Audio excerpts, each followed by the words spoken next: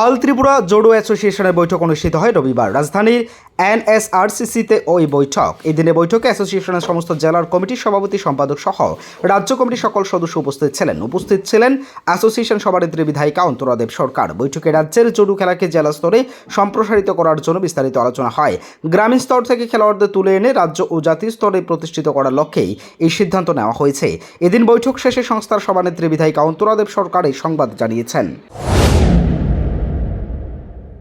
All Tripura judo অ্যাসোসিয়েশনের আমরা সভা করি।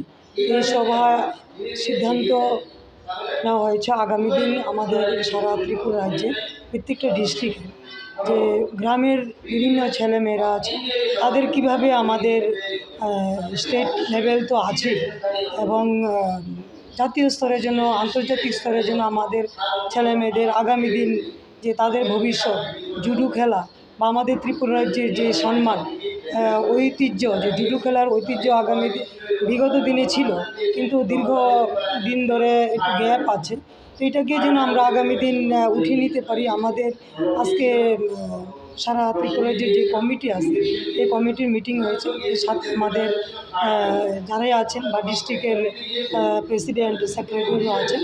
তো আমরা আজকে সিদ্ধান্ত আগামী দিন আমাদের ত্রিপুরা রাজ্যের জুডো অ্যাসোসিয়েশন যেন আগামী দিন যে ত্রিপুরা রাজ্যের বিভিন্ন নতুন প্রজন্ম ছেলেমেয়েদের যেন আমরা ভবিষ্যতে তাদের জুডো খেলায় আমাদের জাতীয় স্তরে আন্তর্জাতিক স্তরে আমাদের রাজ্য স্তরে যে নিতে পারি বা ছেলেমেয়েদের ভবিষ্যতে যেন খেলাধুলায় আমাদের সরকারের যে দিশা এই দিশা আমাদের এক ত্রিপুরা শ্রেষ্ঠ ত্রিপুরা করা প্রত্যেকটা ছেলেমেয়েদের যে বিভিন্ন ছেলেমেয়েরা যেভাবে নেশার দিকে ধাবিত হচ্ছে ওইগুলোতে মাঠমুখী করা।